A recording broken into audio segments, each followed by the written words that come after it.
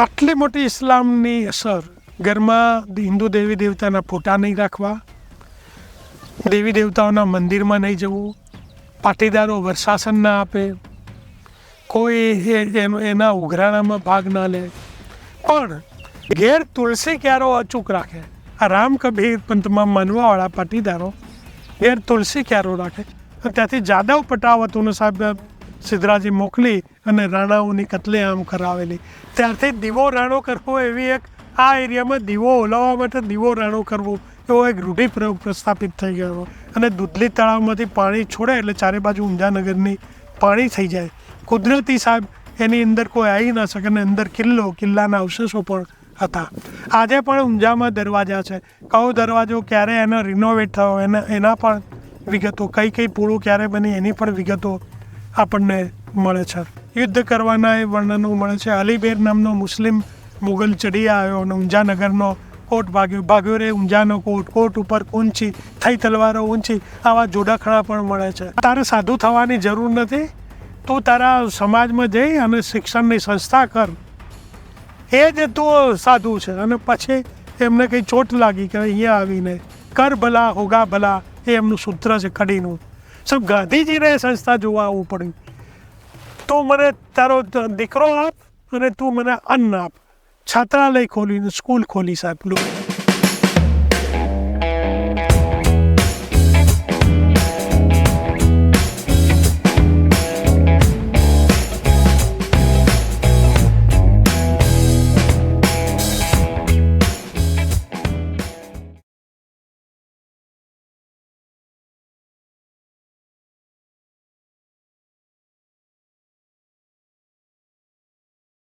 રેનો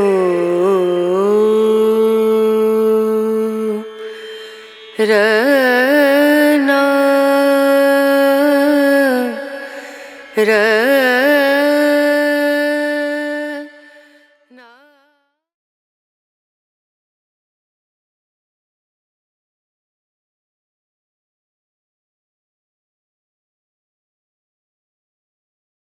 પાટીદાર સમાજના સાથે ધર્મ પરિવર્તનના કિસ્સા જોવા મળે છે.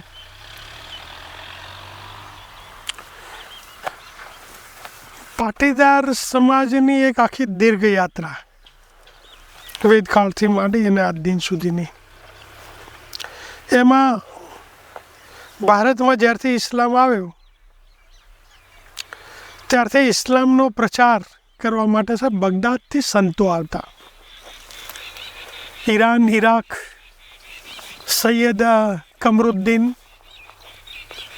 સૈયદ સદરુદ્દીન, સૈયદ ઇમામ શાહ, સૈયદ નુરુદ્દીન, આવા કેટલાય ઇસ્લામના સંતો ભારતમાં ઇસ્લામનો પ્રચાર કરવા માટે આવેલા.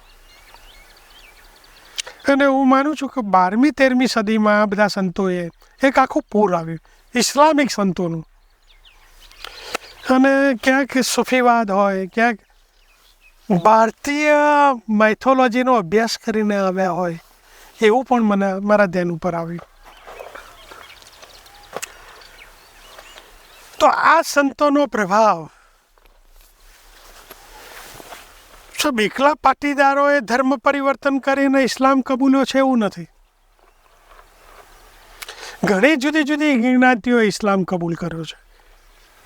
સાહેબ મોરે સલામ ગરાસિયા, મોરે સલામ એ રાજપૂતોમાંથી મોરે સલામ બન્યા. ખોજા સબ લુહાણાઓમાંથી ખોજા થયા. મુમના તો મોટે ભાગે પાટીદારોમાંથી મુમના થયા. વરા તો કણબીઓમાંથી અને બ્રાહ્મણોમાંથી વરા થયા. ચરોતરમાં કણબીઓમાંથી વરા થયા. સિદ્ધપુર આજુબાજુ બ્રાહ્મણોમાંથી વરા થયા.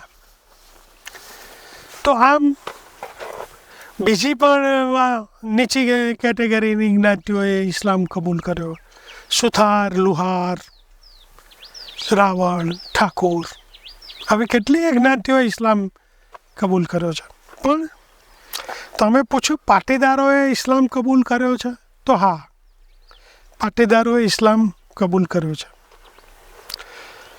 અને આ સંતોના પ્રભાવમાં આવીને કબૂલ કર્યો. ક્યાંક અલાઉદ્દીન ખિલજી જેવા રાજવીઓના કુરાન અને તલવારવાળી પણ વાત હશે, પણ મોટે ભાગે પાટીદારોએ સૈયદ નુરુદ્દીનના પ્રભાવમાં આવીને ઇસ્લામ કબૂલ કર્યો છે. એમની અટકોમાં તમે જુઓ સાહેબ, પલાસરા, ઉમથિયા, ગોઠી, આવી બધી પાટીદાર શાખો જ એમની શાખો. એવા તો કેટલાય ગામો છે સાહેબ ત્યાં. એ બધા ગામોમાં જે લોકોએ ઇસ્લામ કબૂલ, એમની એક ચોપડી હતી અને એ ચોપડીમાં સાહેબ નૂર સતાગરે એમને સબ કાશીની જાત્રાએ પાટીદારોનો સંઘ જતો હતો અને એમને રસ્તામાં કાશીના દર્શન કરાવ્યા અને આ પાટીદારોએ સબ પછી ઇસ્લામ કબૂલ કર્યો અને એમના પ્રભાવમાં આવીને એ આખું એ ગ્રુપ સાથેનું એમનું જોડાણ વધી ગયું. તો આવા તો લગભગ ત્યાં 40-50 ગામો હશે મુમનોના. આ મુમનોમાં હું માનું છું ત્યાં સુધી 60-70% જેટલા પાટીદારો છે એ ગ્રુપમાં. બીજી પણ જ્ઞાતિઓ પણ એ મુમનો સાથે જોડાઈ હશે પછી તો એ એક આ ગ્રુપ. અને હમણાં સાહેબ આ લોકો ક્યારેય મસ્જિદમાં જતા નથી. એ દરેક ગામોમાં ખાનું હોય છે. ખાનામાં સાહેબ ચકલાને નાખવાની જુવાર ભરી રાખે. ગિનાનની ચોપડીઓ. ગિનાન એટલે સાહેબ હિન્દુ ભજનો જ તમારે સમજવાના. અને અત્યારે તો એ ગિનાનની કેસેટો એમને બહાર પાડી છે. નોટ ફોર સેલ, આ વેચાણ માટે નથી. એકલા પુરુષના અવાજમાં જ ગિનાન ગવાય, એકલા સ્ત્રીના અવાજમાં જ ગવાય. સ્ત્રી પુરુષના ભેગા અવાજમાં આ ગિનાનની કેસેટો હોતી નથી. એમાં સંગીત આવતું નથી, વાજિંત્રો આવતા નથી. આવી કેસેટો પણ અત્યારે એક ખાનામાં છે. એક સમયે તે ચોપડીઓ હતી ગિનાનની, એના ઠેકાણે અત્યારે એમને આનું સ્વરૂપ બદલ્યું છે. અને આ બધા આગાખાની મુમનોનું એક કેન્દ્ર છે આગાખાન ફાઉન્ડેશન સિદ્ધપુર. એ આગાખાન ફાઉન્ડેશને શું કર્યું સાહેબ, જેટલા આ મુમનોના ઘરમાં દશા અવતારના ફોટા હતા એ દશા અવતારના ફોટાને પાછા ખેંચી લીધા. વચ્ચે આગાખાનનો ફોટો, પ્રિન્સેસ કરીમ આગાખાનનો ફોટો અને 11મા અવતાર આગાખાન, 10 અવતાર આપણા જ જે, અને એનો ફોટો છે એ દશા અવતારમાં વચ્ચે આગાખાનનો ફોટો, એવો એક ફોટો મારી પાસે છે અને મેં હમણાં ઉમિયા જ્યોતના એક અંકમાં પ્રસિદ્ધ પણ કરાવ્યો કે ભાઈ આ પ્રસિદ્ધ કરું.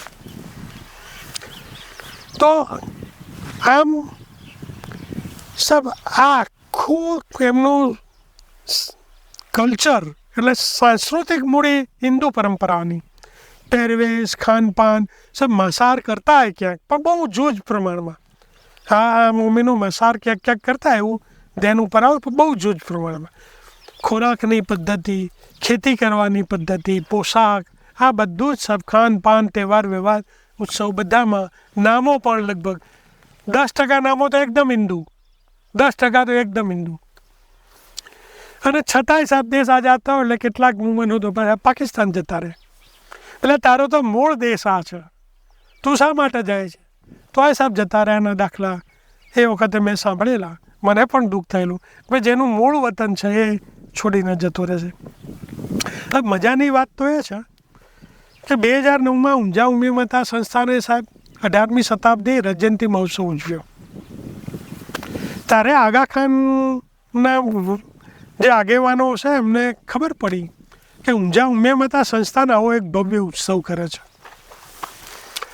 ત્યારે આ આગાખાનીઓએ સ્પેશિયલ સાહેબ પ્લેનમાં બોમ્બેથી એક આગાખાન બેન્ડ મોકલેલું અને સવારે સાહેબ એ બેન્ડની સુરાવલીઓ સાથે ઉમિયા સંસ્થાનના આ ભવ્ય મહોત્સવની શરૂઆત, દીપ પ્રાગટ્ય એ આગાખાન બેન્ડની સુરાવલીઓ સાથે થયેલું. સાહેબ એના વિડીયો પણ હશે ક્યાંક ઉમિયા સંસ્થાન, એના ફોટા તો છે મારી પાસે. તો સાહેબ જો એમને તો ખબર છે કે અમારું મૂળ ઓરિજિન આ છે, તો જ એમને એ બેન્ડ મોકલ્યું હશે. આપણે તો માગણી કરી નહોતી બેન્ડની. તો આ બેન્ડ સાહેબ આવ્યું ત્યારે લોકોને ખબર પડી. એટલે આગાખાનના આગેવાનોને ખબર છે માટે એ બેન્ડ આવ્યું. પાટીદારોને પણ ખબર પડી કે આપણું જોડાણ પણ એમની સાથે છે. કોઈએ ફંડ ફાળો પણ લખાવ્યો હશે. તો આમ સબ આ જોડાણ તો છે. અને આ જે આગાખાનીઓ છે સાહેબ, એમાં એક પ્રથા આજે પણ ખાસ માર્ક કરવા જેવી છે. કાબલિયાણીમાં અને કાંબલિયાજી, મુખિયાણીમાં અને મુખિયાજી. સાહેબ એવી એક આખી એમની વ્યવસ્થા. એ લોકો કોર્ટમાં ક્યારેય જતા નથી, કોર્ટ કચેરીમાં જતા નથી. અને આ આગાખાન ફાઉન્ડેશનની આખી એક વ્યવસ્થાના કારણે સાહેબ મજાની વાત તો એ છે કે એમના કોઈ પણ ધાર્મિક કાર્યક્રમો હોય આ મુમન્નુમાં, ત્યારે સાહેબ રામકૃષ્ણના પાત્રો આવતા પણ મેં જોયા છે. સાથે એમના ગામના કાર્યક્રમોમાં સાહેબ એમને કોઈ આવો શોષ નહોતો. અત્યારે ખબર નથી, આ વાત હું કરી રહ્યો 40-50 વર્ષ પહેલાં મેં જોયેલા ચિત્રની વાત કરી રહ્યો છું. એ પાત્રો ભજવતા એમના બાળકો, અને એ આવા કાર્યક્રમોમાં ભાગ લેતા, અને એમના પોતાના આગાખાન ફાઉન્ડેશનના કાર્યક્રમોમાં પણ આવા કાર્યક્રમો થતા. આમ સાહેબ આ જે આગાખાની મૂવમેન્ટ છે એમનું પાટીદાર સાથેનું જોડાણ હોય એવું સ્પષ્ટ પ્રથમ દ્રષ્ટિએ દેખાઈ આવે છે. આપણે ઇસ્લામનો પ્રભાવ મુમનો ઉપર જોયો, આપણે એની ચર્ચા કરી, પણ આજની તારીખમાં જે પાટીદારો છે એના ઉપર ઇસ્લામનો કોઈ પ્રભાવ જોવા મળે? હા, આજે પણ પાટીદારો ઉપર ઇસ્લામનો પ્રભાવ હોવાના ઘણા બધા ફિરકાઓમાં જોવા મળે છે. એક તો કચ્છના પાટીદારોમાં પિરાણાનો પ્રભાવ છે.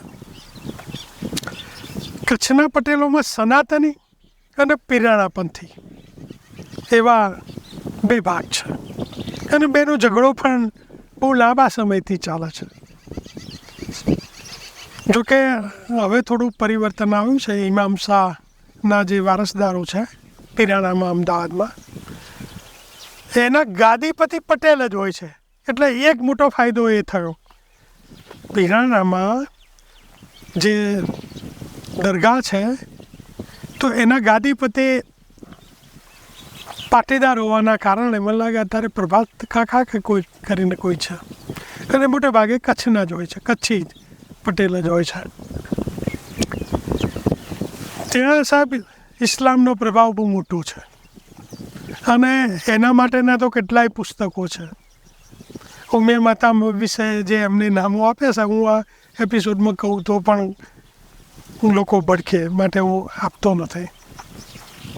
એવા નામો પણ એના માટે પાટીદારો આપે છે.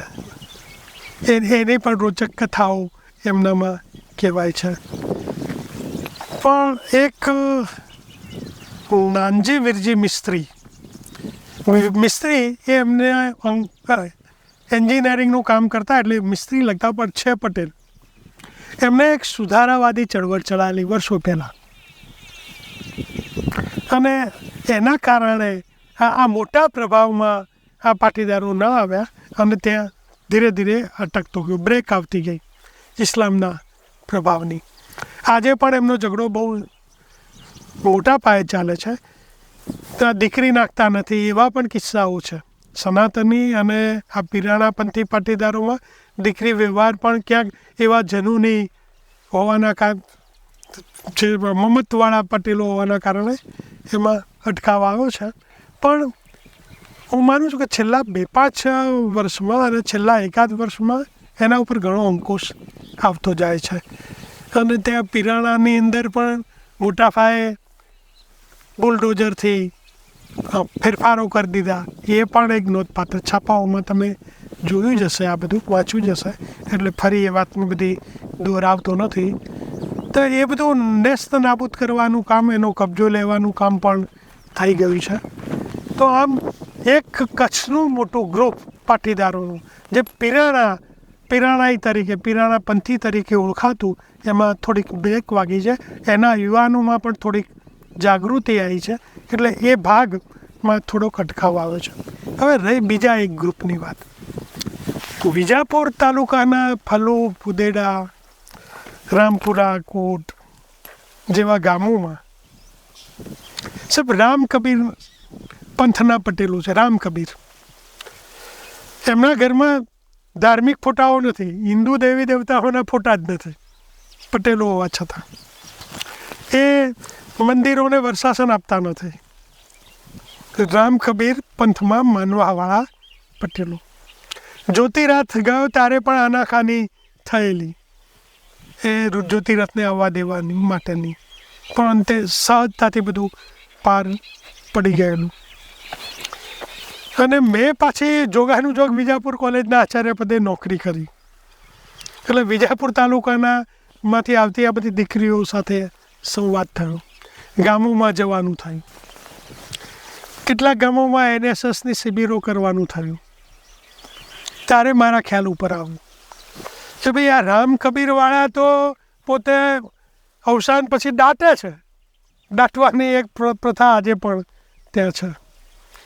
કેટલાક મારા રામ કબીરમાં માનનારા મિત્રોના પરિવારમાં અવસાન થયું ત્યારે જવાનું થયું. ત્યાં સાહેબ મૌલવી આવીને કુરાનમાં કલમા પડતા પણ મેં જોયા, પ્રત્યક્ષ જોયા. એટલે એનું કોઈ પ્રમાણની હવે જરૂર નથી.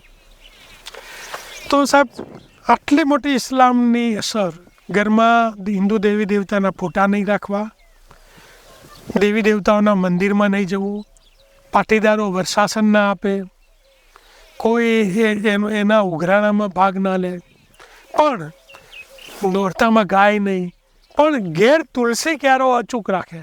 આ રામ કબીર પંથમાં માનવાવાળા પાટીદારો ઘેર તુલસી ક્યારો રાખે અને એક દિવસે તુલસી ક્યારે ભજન ગાય અને ત્યાં ગરબા પણ ગાય. આવું પણ ધ્યાન ઉપર આવ્યું.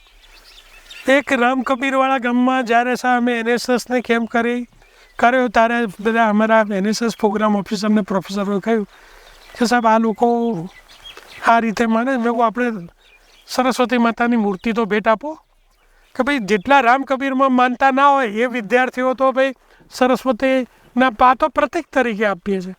તો શિક્ષકોની પણ લાચારી અમને ના આપો તો સારું. તો આખરે સમજાવટથી આપી અમે કે ભાઈ એક આ પ્રથામાં થોડીક બ્રેક આવે, એવો જ અમારો ઉદ્દેશ. અમારો કોઈ તમે બદલાઈ જાઓ રાતોરાત એવો છે નહીં, અને મારો કોઈ એવો ઉદ્દેશ પણ હતો નહીં. એ વખતે એ નથી કે આજે પણ નથી. પણ બીજા જે માનતા હોય એ પ્રતિક સરસ્વતીનું પછી આપ્યું ને મૂર્તિ એમને શિક્ષકોએ સ્વીકારી. પરાણે બિચારા અંદરથી એમનો ભાવ પણ નહોતો. પણ સાહેબ આટલી બધી અસરો ઇસ્લામની પાટીદારોમાં છે. આ દેશ આઝાદ થયા આટલા બધા વર્ષો થયા તો એવું કહેવાય છે કે એક સમયે એ લોકો 2 નિકાહની શાદી કરતા અને 2 ફેરા ફરતા. આવું પણ ધ્યાન ઉપર આવ્યું. એમના કોઈક મેગેઝિનમાં પણ આવી નોંધ પણ લખાયેલી છે. તો આટલા બધા ફેરફારો હવે તો જો કે બધા ઘણા બધા જાગૃત થઈ ગયા છે અને એમાંથી એ યુવાનો પણ ધીરે ધીરે બહાર આવતા જાય. અને એ પાછા માને છે અહીંયા પદ્મનાભના મંદિરને. પાટણમાં પદ્મનાભજીનું મંદિર છે અને એના પૂજારી પાછા ગાયત્રીના ઉપાસક છે. એટલે જોગાનું જોગ બધું મળ્યું એટલે એમાં થોડી હળવાશ આવી છે.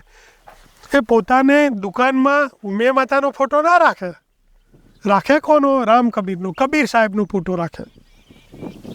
બસ કબીર સાહેબ અને એની પૂજા કરે. તો આવા પણ પ્રભાવ નીચે છે પાટીદારો. આ સિવાય પણ ઘણા બધા પ્રભાવ પાટીદારોમાં છે. કુરાન આવીને મૌલવી સાહેબને બોલાવવા પડે 7-12માના દિવસે. મારા ગામમાં રબારીઓમાં પણ આવું હતું, ઉઠમણું કરે, કુરાન વાંચે મૌલવી સાહેબ આવીને. હવે બીજા એક ઉદા પટેલો છે વલસાડ આજુબાજુ, એમાં પણ ઇસ્લામનો પ્રભાવ છે. ચરોતરના પટેલોએ પણ સાહેબ ઇસ્લામ કબૂલ કરીને એ વરાદ થયા એવું. અને એ તો પાછા જ્યોતિષમાં માને ને એ બધું એમનો પાછો ફિરક્કો અલગ છે. એ વરાઓ અને આ વરાઓમાં પછી આપલે નથી. એમાં કણબીમાંથી વરા થયા છે ચરોતર આજુબાજુમાં. તો આમ સાહેબ ઇસ્લામના સંતો દ્વારા થયેલો અને બીજો એક ઇસ્લામનો પ્રભાવ એક ઊંઝામાં. એના કારણે તો પટેલો એક હેમાળા પટેલની દીકરી ગંગાને ઉપાડી ગયા એવી એક ઘટના કહેવાય છે. પણ એ વૈવંચા બારોટોના ચોપડે ચૂપ છે, એમાં કોઈ એના પ્રમાણો મળતા નથી. પણ એક કુલભૂષણ નામની એક ચોપડી મને ઉજ્જૈનના રામગઢીમાંથી મળેલી. ઉજ્જૈન રામગઢી એટલે ત્યાં રામજી મંદિર છે અને ભાઈ પટેલો એનો વહીવટ કરે છે. એના મહંત કોઈ એ સાહેબ પટેલોના ઉત્કર્ષ માટે બધું એ વખતે કુલભૂષણ પટેલોએ કેવા નિયમો પાળવા એનું એક પુસ્તક કરેલું, બસ 150-200 વર્ષ પહેલાંનું. સાહેબ એ હાથમાં આવેલું.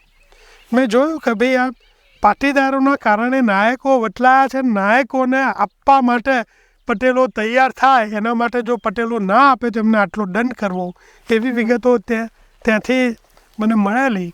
એ બધું મેં જોઈ અને એમાં ઘટના લખેલી જુદી હતી કે ભાઈ પાટીદારોને વટલાવવા માટે અલાઉદ્દીન ખિલજીનું સૈન્ય જે આવતું હતું એને અટકાવવા માટે એમાં કોઈ ગંગાનો કે એવો કોઈ ઉલ્લેખ નથી કે હેમાળા પટેલનો. હેમાળા પટેલ તો એક જ થયા, એ મેનલ દેના પિતા, એના સિવાય કોઈ બારોટના ચોપડામાં વિગતો મળતી નથી. અને 13મી સદીમાં કોઈ હેમાળા પટેલ આવા પરાક્રમી થયા એની વિગત પણ મળતી નથી. પણ આવા અલાઉદ્દીન ખિલજીના પ્રભાવમાં આવીને પણ ઇસ્લામ કબૂલ કર્યો હોય એવા પણ કિસ્સાઓ છે. મુસલમાની પાટીદાર વૈવંચાના ચોપડાઓમાં મેં પાટીદારનું વૃક્ષ જોતા મુસલમાની સ્વીકારી એવું વાંચ્યું. તારે ખબર પડી કે ભાઈ વચ્ચે પણ કેટલાક કોઈ કારણોસર પાટીદારોએ મુસલમાની સ્વીકારી, એટલે પાટીદારમાંથી મુસ્લિમ થઈ ગયા. આવી ઘટનાઓ અનેક ઠેકાણે વાંચવામાં આવી છે. તો આમ સાહેબ, આ જે વૈવંચા બારાવટોના ચોપડાઓની વિગતો જોતા, કેટલાક ચોપડાઓમાં પાટીદારોએ લખાયેલા ભલામણો પત્રોને વાંચતા, જે નાયકો વટલાયા, મધ્યપ્રદેશના કેટલાય નાયકો સાહેબ ઊંઝા ઉમિયામાતા સંસ્થાનમાં આવેલા કે અમને લખી આપો તમે, કે અમે શુદ્ધ બ્રાહ્મણો છીએ. ભાઈ અમે તો કઈ રીતે લખી આપીએ? ઉમિયામાતા સંસ્થાનના હોદ્દેદારોએ મારો સંપર્ક કર્યો, અમે બધી ચર્ચા વિચારણા કરી. 1 વર્ષના અંતે અમે એમને લખી આપ્યું કે ભાઈ આ લોકોએ અમારા કારણે વટલાયેલા અને નાયકો મૂળ અવધિત છે, બ્રાહ્મણો છે, એવું અમે લખીને આપેલું કે અમારે રિઝર્વેશનમાં રહેવું નથી, અમારે તો ઓપનમાં રહેવું છે. ઓપનમાં રહેવાનું કારણ એ હતું એમનું કે અમને પાટીદારો સ્વીકારે અને અમારી યજમાન વૃત્તિ ચાલે. અમને બક્ષી પંચમાં ના લાભ લેવા નથી, એ લાભ લેતા સાહેબ પેલા બ્રાહ્મણો અમને સ્વીકારતા નથી. પછી અમે દાખલો આપેલો, એ દાખલાની નકલ પણ મારી પાસે છે, જે લખીને આપેલું એ. તો પાટીદારોમાં ઇસ્લામનો પ્રભાવ, આવા બધા પાટીદારોને ઇસ્લામના પ્રભાવમાં આવતા અટકાવવા માટે નાયકોને વટલાવવું પડ્યું, એની એક ઘટના સિલસિલાબંધ મળે છે. એની કથા અહીંયા હું અત્યારે કહેતો નથી. વિક્રમ સંવત 1356માં બનેલી આ ઘટનાઓ છે.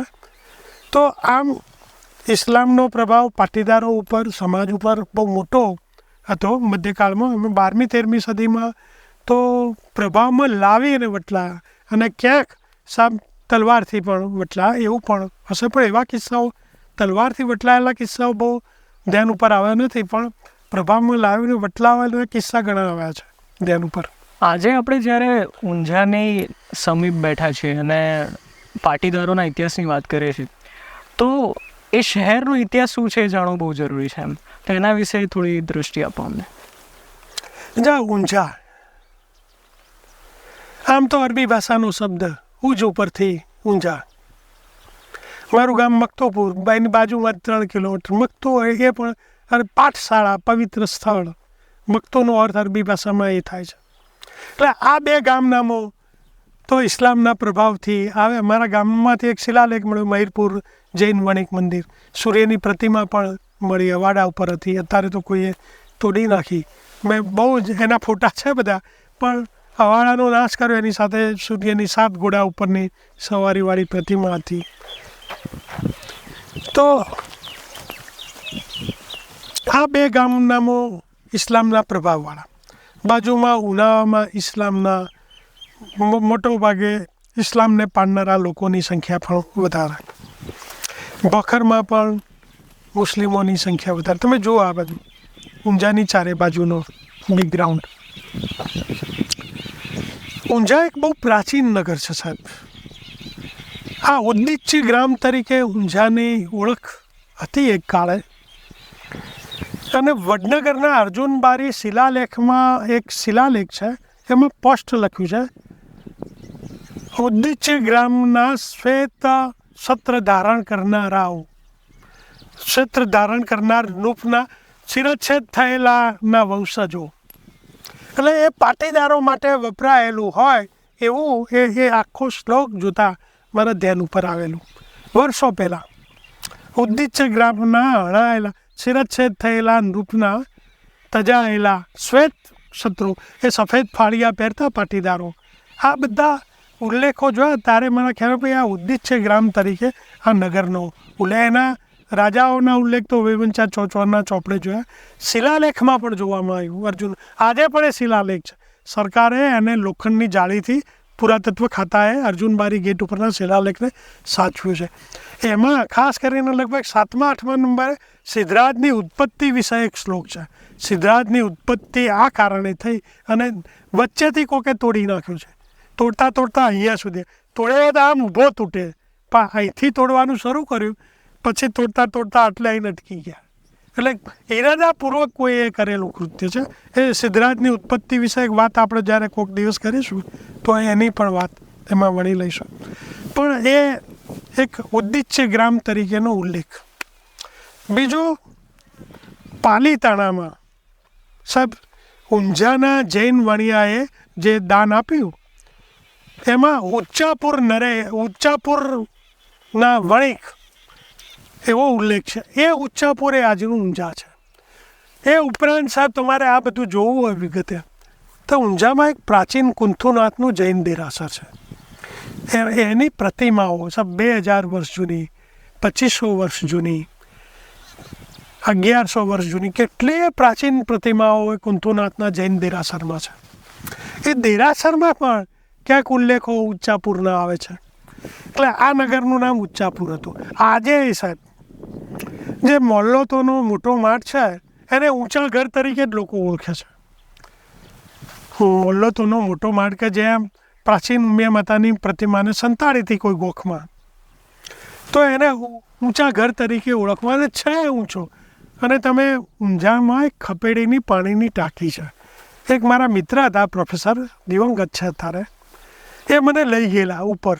દવે સાહેબ મારા સાહેબ જ હતા આમ તો, એમના હાથ નીચે હું ભણેલો હોય કે જો આ આટલું બધું મોટું ઊંઝાનગર આટલું ઊંચું છે ત્યારે મને ખ્યાલ આવ્યો કે એમને મને ચડાયેલો, એ પણ ચડેલા કે ભાઈ જો આટલું આ ઊંઝાનગર ઊંચું અસાધારણ ઊંચાઈ ઉપર ઊંઝાનગર સાથે ઉપર દૂરથી જુઓ તો ખબર પડે. એટલે આ ઉચ્ચાપુર કદાચ એ કારણે છે કે અસાધારણ ઊંચાઈ ઉપર છે માટે, અને ઉદ્દિચ્ચ ગ્રામ શબ્દ આના માટે વપરાયેલો છે. તો ત્યારથી શરૂ કરી અને આ દિન સુધી આવતા ઊંઝાનો ઇતિહાસ એટલે ઉથલ પાથલોનો ઇતિહાસ, તોફાનોનો ઇતિહાસ, પાટીદારોના સંઘર્ષનો ઇતિહાસ, કેટલાય રાજાઓની ચઢાઈઓનો ઇતિહાસ. કેટલા રાજાઓની તમને લિસ્ટ આપું, એટલા રાજાઓ ઊંઝાનગર ઉપર ચઢાઈ કરી, એનો પ્રતિકાર પાટીદારોએ કર્યો. કોટ કિલ્લા ક્યારે કયા રાજાએ બનાવ્યા. એ ઊંઝાનગર એટલે મહાયજ્ઞોના હોમ હવનનો ઇતિહાસ. કેટલાય રાજાઓએ સમયે સમયે મહાયજ્ઞો કર્યા. એની સિલસિલાબંધ વિગતો ઊંઝાનગરમાં આપણને મળે છે. તો મેં તમને એક તો કહ્યું ભાઈ કૃતપાલ રાજાની વાત અગાઉ પણ મેં કરી. એ કૃતપાલ રાજા એ તમે જો ઊંઝાનગર સાથે વ્રજપાલે 212માં સ્થાપ્યા એવી એક આરતી ગવાય છે. પણ બારોટના ચોપડામાં તો કૃતપાલ લખેલું છે, પણ કોઈ વાચકે વાંચતા આવડ્યું નહીં એટલે વ્રજપાલ વાંચી દીધું હશે અને બિહારના માધાવતીના રાજા તરીકે સ્થાપી દીધા. એટલે પછી ચાલ્યું, કોઈએ તપાસ જ ના કરી કે ભાઈ આ વ્રજપાલ છે કે કૃતપાલ છે, શું છે, અને પછી તો ચાલ્યું. એટલે આજે પણ વ્રજપાલના નામે જ બધું ચાલે છે, પણ વાસ્તવમાં એ કૃતપાલ રાજા છે. એ રાજા વસની ચડી આવ્યો એટલે એની ફોજ ઉપર 7 વાઘને પકડી લાઈન સાહેબ છોડ્યા, 13 સૈનિકોને ફાડી કાઢ્યા. એ ઘટના, એના પછીના યુદ્ધના વર્ણનો, એના પછી ઊંઝાની અંદર થયેલા રામદત્ત રાજા, રામદત્તે બનાવેલા કોટ કિલ્લા, એ કિલ્લાની ઊંઝાની આજુબાજુ ચારે બાજુ આજે પણ ખાઈ છે 250 ફૂટ પહોળી. એમાં તો રોડ થઈ ગયો અત્યારે, પહેલાં તો બહુ ઊંડી હતી પૂરાથી પૂરા, અને દૂધલી તળાવમાંથી પાણી છોડે એટલે ચારે બાજુ ઊંઝાનગરની પાણી થઈ જાય. કુદરતી સાહેબ એની અંદર કોઈ આવી ના શકે, અને અંદર કિલ્લાના અવશેષો પણ હતા. આજે પણ ઊંઝામાં દરવાજા છે. કયો દરવાજો ક્યારે એનો રિનોવેટ થયો એના પણ વિગતો, કઈ પૂળો ક્યારે બની એની પણ વિગતો આપણને મળે છે. તો આમ રામદત્તે બનાવેલો કિલ્લો, એ કિલ્લો આજે પણ એના અવશેષો તો થોડા ક્યાંક સમયે છે. એના પછી સાહેબ અવનીપત રાજાએ કરેલા આ મોટા યજ્ઞની પેલા સોના ચાંદીના 5.5 હાથ ઊંડો સોના રૂપાના પતરાથી મઢી દીધેલો કૂવો કરી અને એની અંદર તાંબા પિત્તળના ઉના દેગડાથી ઘી રેડતા, તાંબાની કાનસથી 8 પોર યજ્ઞકુંડમાં ઘી ઉમાય એવી વ્યવસ્થા, 750 ગાડા હોમ હવનમાં રોકાય એવી વ્યવસ્થા કરેલી. અને 1300 બ્રાહ્મણોને વરુણીમાં બેસાડેલા અને 1800 બ્રાહ્મણો સભે યજ્ઞના કાર્યમાં જોડેલા. તો આવા બધા વર્ણનો ઊંઝાનગર સાથેના ભવ્યાતિ ભવ્ય પણ મળે છે.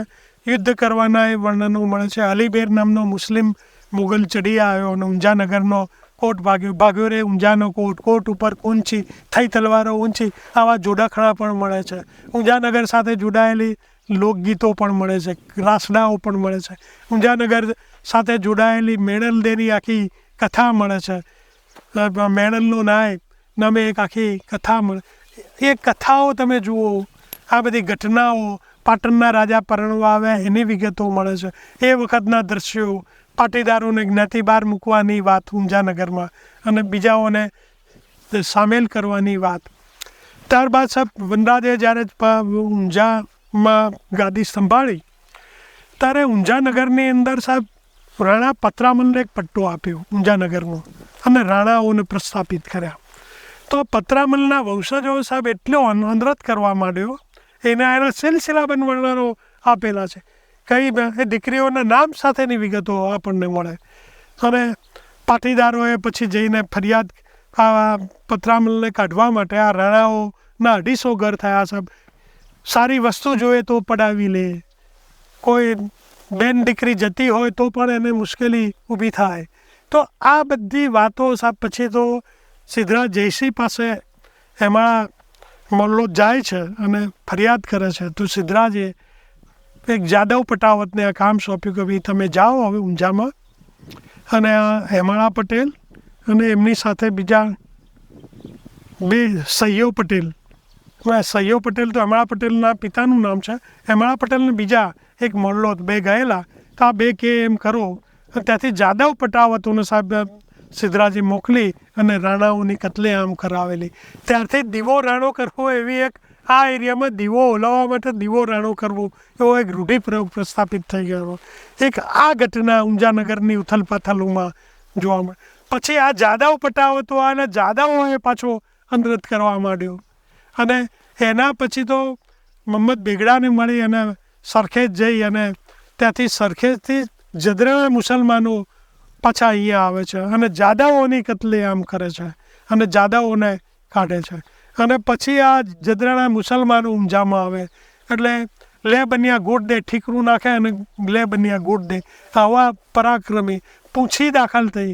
પૂંછડા વેરો ઊંઝામાં, જેટલા ઘર એટલી પૂંછી આપવી પડે. પહેલાં વહુ આવે તો આવા બધા જે ટેક્સ લગાયા એની સામે પછી વિરોધ થયો. વિરોધ થતાં સાહેબ જાદવોને પણ આ પાટીદારોએ મોટા મઢની અંદર બોલાવીને કતલેઆમ કરી. એનો પણ એક સિલસિલાબંધ ઇતિહાસ છે. ત્યારબાદ સાહેબ પાટીદારોમાં જે થોભણબા થયા એમને આખું ગામ જમાડી દીધું અને વાણિયાઓએ ફરિયાદ કરી ભાઈ આ ટેક્સના પૈસાથી થોભણબાએ ગામ જમાડ્યું. એટલે સયાજીરાવ ગાયકવાડે આ થોભણબાને પકડવા માટેનો એક હુકમ છોડ્યો કે અને થોભણબા ભાઈ નાસી ગયા. એક મોટો ડાલો, થોભણબા નીચા હતા, દુબળા પાતળા હતા એવું વર્ણન મળે છે. અને એક ડાલાની અંદર ઢૂઢા ભરીને એમને સુવડાવીને ઉપર ઢૂઢા મૂકી અને વણાગલાના ચૌધરીઓ એમના કોઈ મિત્રો હશે એ લઈ ગયા એમને વણાગલા. ત્યાંથી પછી સંતાડીને દેણપ સંતાડ્યા. ગાયકવાડનું લશ્કર એમની પાછળ ફરતું, યદુજી અને બીજા કોઈ 2 ઠાકોરો એમને સેવામાં સતત રહેતા. આવા બધા વર્ણનો. અને એમને બંદૂકા વિવાનમાં સુધારો કર્યો એ જ થોભણબા. અને એ થોભણબાએ આ જમાડી દીધું. પછી એમને પછી કેદ કર્યા, આખરે પકડાયા અને ત્યાંથી ગણિકા મારફતે પછી એમને છોડાયા. એનો પણ એક સિલસિલાબંધ ઇતિહાસ છે. પાટીદારોએ અહીંયા જે વાણિયાઓને માર્યા એટલે પાટીદારોમાંથી 7 પાટીદારોને સાહેબ ગાયકવાડ પકડીને લઈ ગયા અને અહીંયા ફાંસી કુએ એમને ફાંસી આપેલી. આ જદરાઓ એનો પણ ઇતિહાસ. જદરાણાઓ વારે વારે ઊંઝાની અંદર આવી લૂંટફાટ કરતા, જ્યારે નાસી ગયા પછી એના પ્રતિકારની ઘટનાઓ, એના આ દિવસે કયા દિવસે જદરાણાઓ આવે એની પણ કડીબદ્ધ વિગતો ઊંઝાના ઇતિહાસમાં સામેલ કરવા જેવી. આનું તો એક પુસ્તક થાય એટલી બધી વિગતો ઊંઝાનગર વિશે મળે છે. અને બીજા સારા કામોની પણ વિગતો મળતી હશે. પણ મેં તમને ઊંઝા ઉપર અલાઉદ્દીન ખિલજી ચડી આવ્યો એ સમયનો તમે વિચાર કરો કે ભાઈ એ મૂર્તિઓને સંતાડી દેવી, આખો નગરનો નાશ કરવો. ઊંઝાનગર વિક્રમ સંવત 101માં જે ધરતીકંપ આવ્યો એમાં ઊંઝાનગર નાશ પામ્યું સાહેબ. 9 ઘરી ઊંઝા વસ્યું. એમાં કયા શાખના પટેલો આવીને ફરી વસ્યા, અસારવાથી વના પટેલના વંશજો આવીને વસ્યા, એવું મારી સ્મૃતિમાં છે. તો આ વારે વારે ઊંઝાનગરનો નાશ થાય, ફરી પુનઃ એને પ્રસ્થાપિત થાય.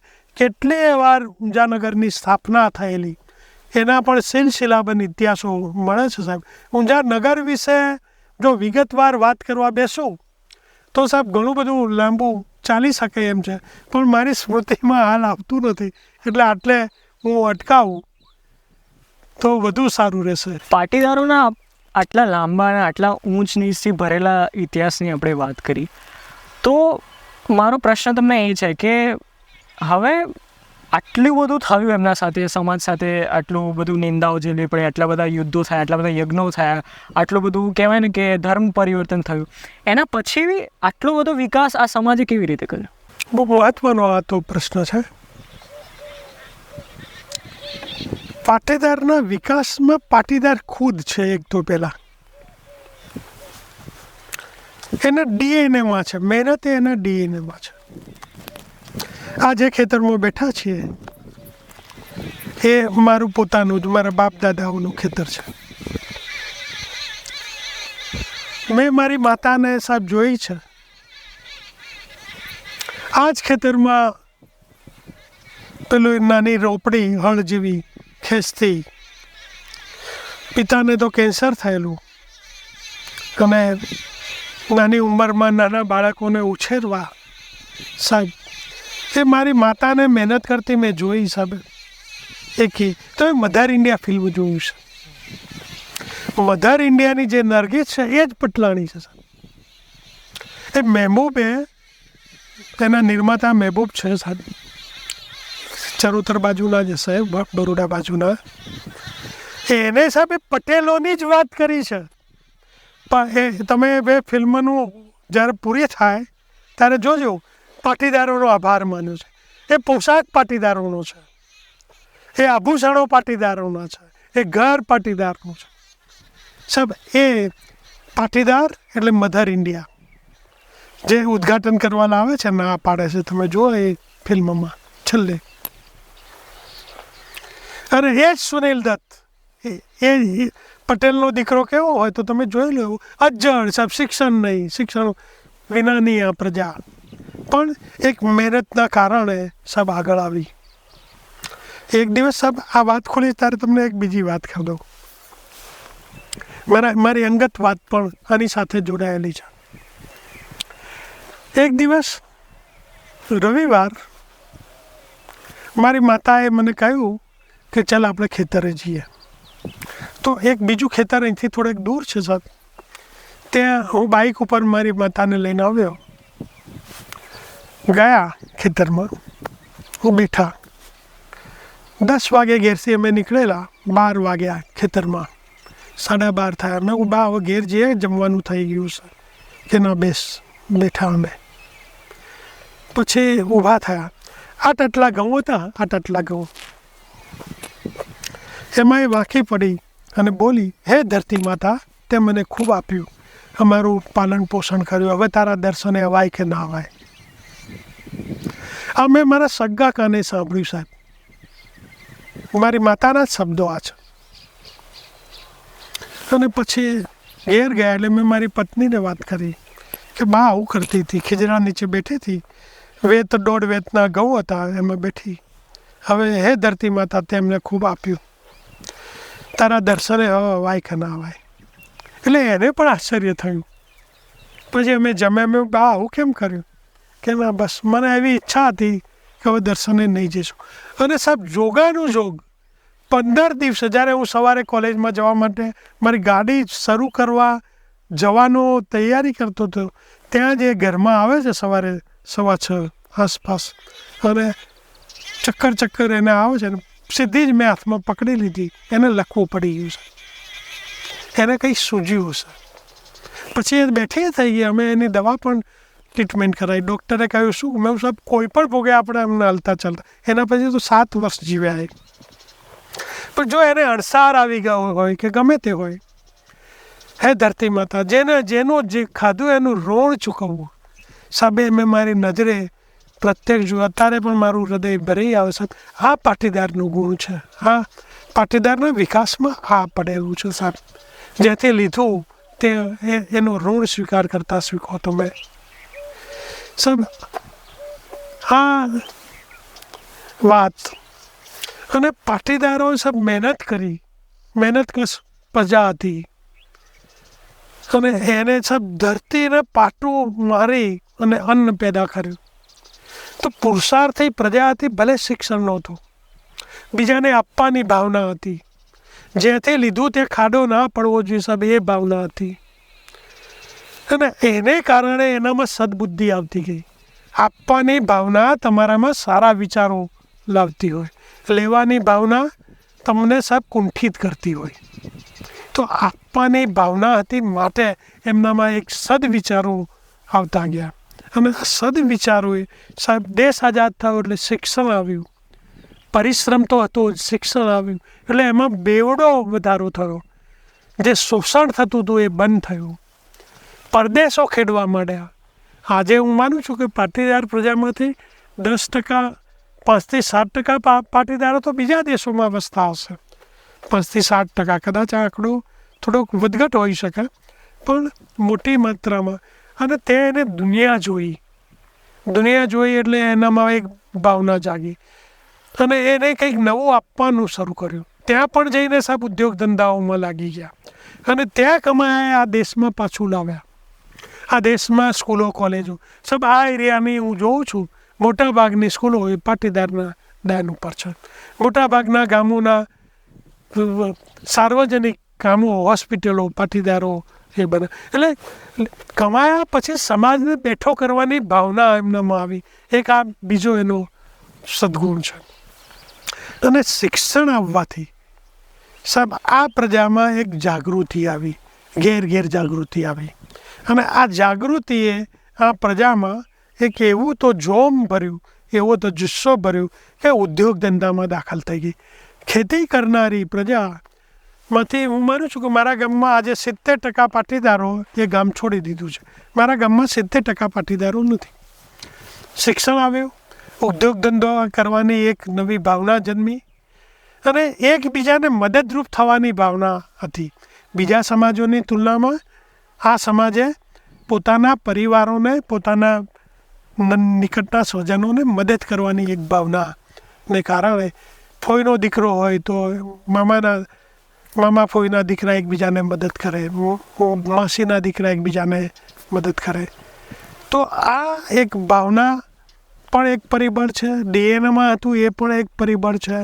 નવા સાહસ કરવાની વૃત્તિ આવી, કોઈ પણ સાહસિક ધંધો હોય તો તરત ઝંપલાવવું અને ધાર્યા પરિણામો તરફ જવું, એક આ પણ પરિબળ એના વિકાસમાં એક મોટું પરિબળ છે। તમે પાટીદારો એ દરિયો તો ખેડ્યો, દરિયો ખેડીને બીજે પણ ગયા, ત્યાં જઈને પણ સાહેબ મદદની ભાવનાના દાખલા ઘણા બધા છે। તેના દેશમાં પણ એમને પોતાનો વિકાસનું યોગદાન આપ્યું, પોતે જે તો વિકાસ કર્યો, પણ એ દેશની ઇકોનોમીને પણ આગળ લઈ જવાની ભાવના રાખી। એક આ વસ્તુ નોંધપાત્ર છે। આખાતી દેશોમાં કેટલાય પાટીદાર યુવાનોને સાહેબ એની વહીવટી કમિટીઓમાં રાખ્યાના દાખલા મારા ધ્યાન ઉપર છે। ચિત્રીના એક રાજસ્થાનના કડવા પટેલનો દીકરો સાહેબ, તેને વ્યવસ્થા બોર્ડમાં મુકાયો। આવા તો 9-10 મુદ્દા ધ્યાન ઉપર, તેને પાર્લામેન્ટમાં ચૂંટાયા સાહેબ, બીજા અમેરિકાની, ઇંગ્લેન્ડની કે આફ્રિકાની પ્રજાને માટે હોસ્પિટલો બનાવવાના દાખલા પણ આવ્યા સામે. એ પ્રજાને ઇકોનોમીમાં તો મદદ કરી, પણ એમના આરોગ્ય માટે પણ એમને મદદ કર્યાના દાખલા. તો આમ આવી એક વિશાળ ભાવના. અને ગામમાં પણ સબ પાટીદારો આગળ હોય તો બીજી પોતાની જે સાથે જોડાયેલી જે કોમો છે એ કોમોને પણ આગળ પોતાની સાથે લઈ જવાની એક ભાવના. આજે પણ પોતાના સાથે જોડાયેલા, વસવાયા કે જેમને પોતાના ગામમાં વસાવ્યા હોય પોતાના ધંધાને અનુરૂપ. જો પાટીદાર પ્રજાએ મધ્યકાલીન સમયમાં સુથારની જરૂર પડે, હળના સ્પેરપાર્ટને રિપેર કરવા, તો એને પણ પોતાના ગામમાં આવીને વસાવે. કુંભાર માટીના વાસણોમાં જ જમવાનું, એટલે આવા પ્રજાપતિઓને વસાવે. તો આવા જે વસાવ્યા, પોતાની જે પશુ મરી જાય એટલે ચમાર લઈ જાય તો એને પણ વસાવ્યા. તો આ બધાને સાથે રાખવાની એક ભાવના ને કારણે આ પ્રજા આગળ છે. અને આજે પણ સાહેબ પોતાના કામ કરવાવાળાને કોઈ દુઃખ પડે તો એ વખતે અનાજ આપતા, તો આજે એને આર્થિક સહાય પણ આપતા દાખલા જોવા મળે છે સાહેબ. પોતાની સાથે લઈ જવાની એક ભાવના, એક આ કારણ, સાહસિક વૃત્તિ, શિક્ષણ અને પાટીદાર આગેવાનોની દીર્ઘ દ્રષ્ટિ. જો બંદૂકા વિવાહ હતા એટલે કંઈ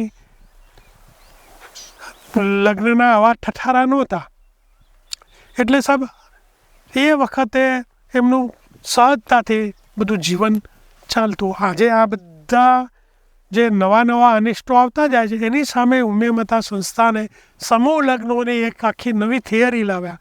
બધા સમાજોએ અપનાવી લીધી. આ સમૂહ લગ્નની થિયરી બંદૂકા વિવાહમાંથી જ આવી, પણ પહેલ કરનાર ઊંઝા ઉમિયા સંસ્થાન હતું.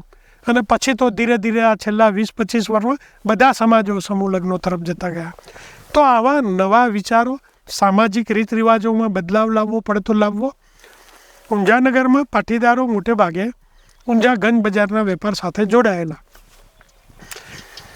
અને બેસણું હોય તો બપોરે 10-11 વાગે પહેલાં શરૂ થાય, 9-10 વાગે શરૂ થતો. અને દૂર દૂરથી લોકોને આવવાનું. પણ ઊંઝાના સ્થાનિક આ પાટીદારો એવું કહ્યું કે આપણે બેસણું 5 વાગે જ પતાવી દો. 5 વાગે બેસણું શરૂ થાય, 7 વાગે પૂરું થઈ જાય અને ગંજ બજાર ખુલી જાય. આમ તો આખો સ્થાનિક સમાજ હતો એટલે ગંજ બંધ થઈ જાય. હરાજી કોણ કરે, કોણ દુકાનો ખોલે. એટલે માટે કે સાહેબ જો આવા બદલાવો લાવવાની ભાવના, સામાજિક રીત રિવાજોમાં બદલાવ લાવવાની પહેલ, બીજાને મદદ કરવાની ભાવના, તો આ બધા ગુણો, શિક્ષણ, દાન આપવાની ભાવના, આ બધા ગુણો એમને આગળ લઈ ગયા અને બધાને સાથે રાખીને ચાલે છે. માટે એ લોકો આજે પણ આગળ જ જતા જાય છે. અત્યારે તો એક્સપોર્ટ ઇમ્પોર્ટના ધંધાઓમાં પણ પહોંચી ગયા. આ બધા પોટરો હતા ઊંઝાના. આ જે વેપારીઓ છે એ વેપારો ત્યાં પોતે પોટરિંગ કરતા, કોથળા ઉપાડતા, એમાંથી સાહેબ આ વેપારમાં પહોંચી ગયા.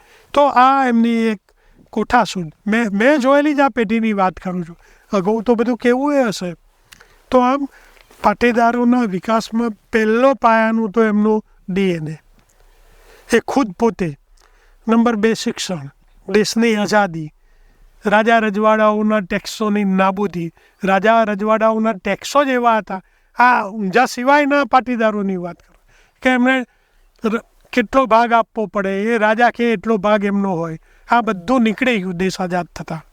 અને રાજાઓના કોઈ વિકાસના કામોમાં સાહેબ પણ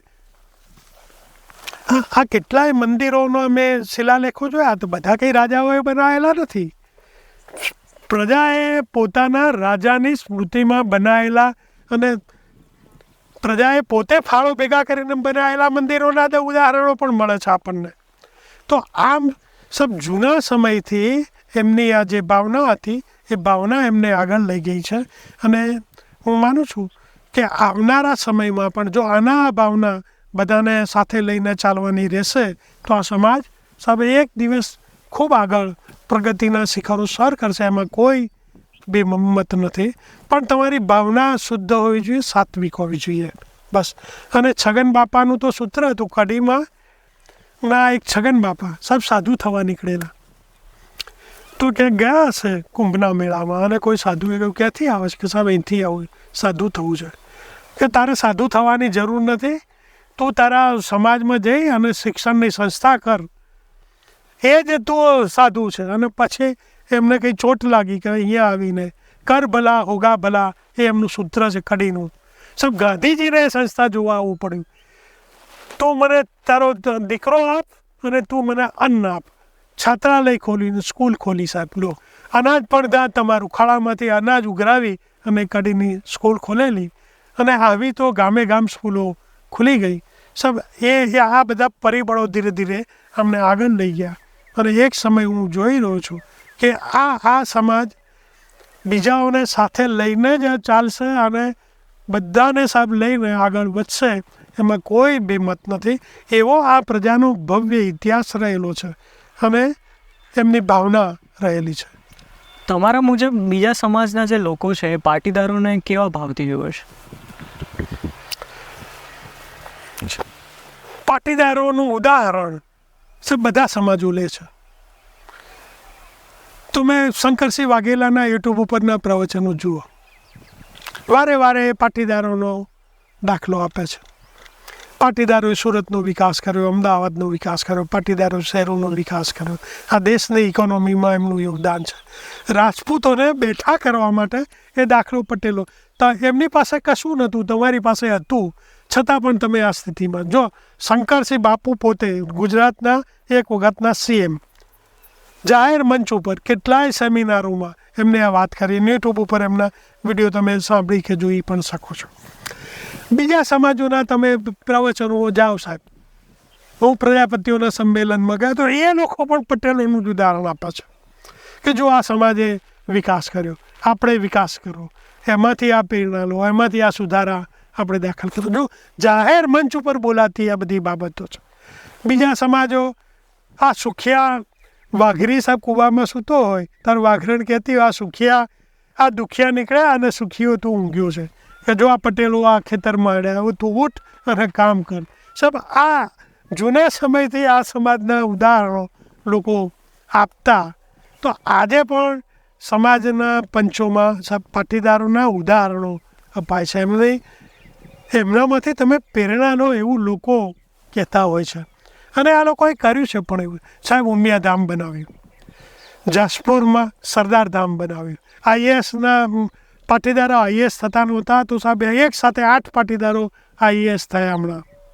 તમે જુઓ કે એના માટે ટ્રેનિંગ આપવા જે ખૂટે છે એને પૂરવા આ સમાજ પ્રયત્ન કરે છે. અને આવી જો દ્રષ્ટિ રાખશે અને તો સાહેબ એક સમયે સાહેબ પ્રેરણારૂપ આ સમાજ થઈ પડશે.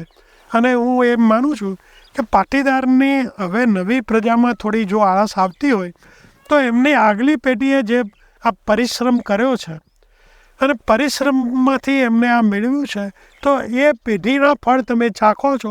એના માટે પાટીદારોનું એક સાંસ્કૃતિક સંગ્રહાલય બનાવવાની જરૂર છે.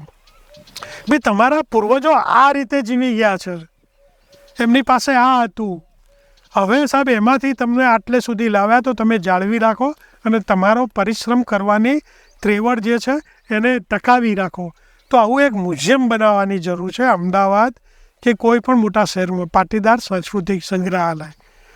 અને એમને જે આ પુરુષાર્થ, ખેતીના ઓજારો, એમનું રાચરચીલું, એમનું જીવન પદ્ધતિ ને મૂકવાની જરૂર છે. એમના સાંસ્કૃતિક ઇતિહાસને મૂકવાની જરૂર છે. તો સાહેબ હું માનું છું કે પટેલો ધીરે ધીરે એક અગ્રેસર તો રહેશે જ પણ બધાને સાથે રાખીને ચાલશે એવું બની શકે.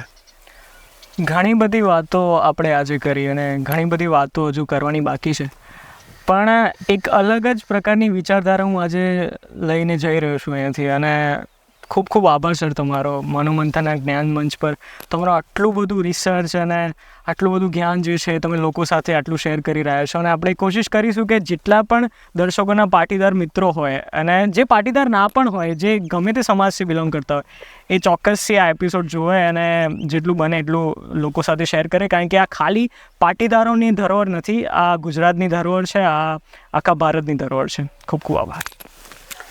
કલ્પભાઈ તમારો પણ આભાર. આના માધ્યમથી મને એક બોલવાનું એક પ્લેટફોર્મ મળ્યું. મારી પાસે જે હતું એ જેટલું સ્મૃતિમાં આવ્યું એ, અને આજે તંદુરસ્તી પણ બરાબર રહી નહીં, એટલે ખુલીને બહુ બોલી ના શક્યો. શ્વાસમાં થોડીક તકલીફ રહી એના કારણે. પણ ફરી કોઈ વાર સાહેબ બીજી પણ જે છૂટી ગયું છે આમાંનું એ ક્યારેક હું તમને પૂરું કરી આપીશ. આપનો આભાર, ખૂબ ખૂબ આભાર.